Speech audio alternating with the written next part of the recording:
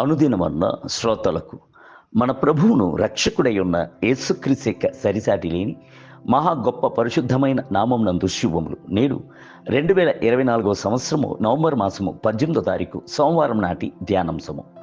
కుటుంబస్థుడైన హానోకు. ఆదికాండము 5వ అధ్యాయము 22వ వచనమందు హానోకు మెతుషలను కనిన తరువాత దేవునితో నడుచుచు కుమారులను కుమార్తెలను కనెను. హానోకు ఒక కుటుంబస్థుడు. కుటుంబ జీవితమును జీవించినప్పటికీ ప్రభువునకు ప్రియమైన వాడిగా ఉండగలము అనియు ఆయనతో నడవగలము అనియు ఆయన నిరూపించెను. నేడు కొందరు ప్రభువుతో నడుచుటకు కుటుంబ జీవితము ఒక అడ్డు అనియు ఒక సన్యాసిగా హిమాలయ పర్వతం యొద్దకు వెళ్ళి తపస్సు ఉంటేనే గాని పరలోకము వెళ్ళగలము అని తలంచుచున్నారు. పాత నిబంధన యందు పరలోకమునకు ఎక్కి వెళ్ళిన వారు ఇద్దరునై ఉన్నారు. కుటుంబస్థుడైన హానోకును, కుటుంబం లేని ఏలియా వంటి వారు ఆ ఇద్దరు. కుటుంబం నందు ఉన్నవారిని కూడా ప్రభువు ఏర్పరచుకొనుచున్నాడు. కుటుంబ జీవితము వద్దని తీర్మానించి బహు పవిత్రముగా జీవించి పరిశుద్ధముగా జీవించుచున్న వారిని కూడా ప్రభువు ఏర్పరచుకొనుచున్నాడు. ఒక సత్యమును మనము మర్చిపోకూడదు. కుటుంబము ప్రభు వలన స్థాపించబడినది. ఆయన ఒకని కదా సృష్టించెను. ఆత్మ ఆయన వద్ద పరిపూర్ణముగా ఉండెను కదా. స్త్రీని ఎందుకని ఒకదాన్ని సృష్టించెను?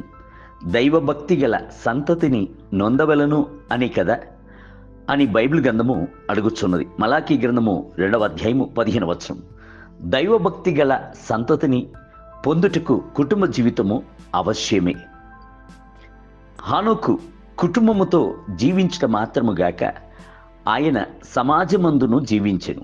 బాప్తిజమిచ్చి యోహాను వలె సమాజమును విడిచిపెట్టి పారిపోయి అరణ్యమునందు కేక వేయుచున్న వాని యొక్క శబ్దముగా ఆయన ఉండలేదు.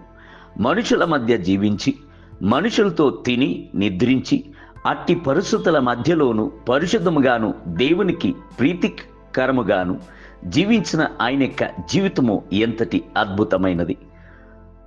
తామర మొక్క నీటిలో పెరిగినను నీటి బొట్టును తన ఆకుపై నిలిచి ఉండుటకు అది చోటు ఇచ్చుటలేదు.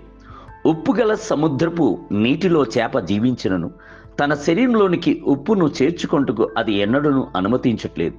మీరు ఈ లోకమునందు జీవించినను లోకమునందు గల మాంసమును సాతాను మిమ్ములను మలినపరచుకున్నట్లు పవిత్రమైన జీవితమును జీవించవలనని ప్రభు కాంక్షించుచున్నాడు.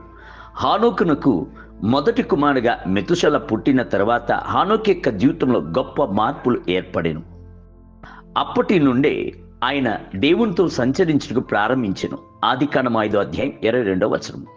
మెతుషల అనుటకు అతడు మరణించుచున్నప్పుడు పంపబడును అనుట అర్థమునై ఉన్నది. మెతుషల మరణించు వరకును ప్రభువు కనిపెట్టుచు ఉండి అతడు మరణించిన అదే సంవత్సరం నందు భూమి మీద జలప్రళయమును పంపించెను. హానోకు యొక్క సంతతిలో హానోకు మనవుడినైన నోవాహు దేవునితో నడిచెను. నోవాహు నీతిపరుడును తన తరములో నిందారహితుడై ఉండెను. నోవాహు దేవునితో కూడా నడుచుచు ఉండెను. ఆదికాండము 6వ అధ్యాయం 9వ వచనం.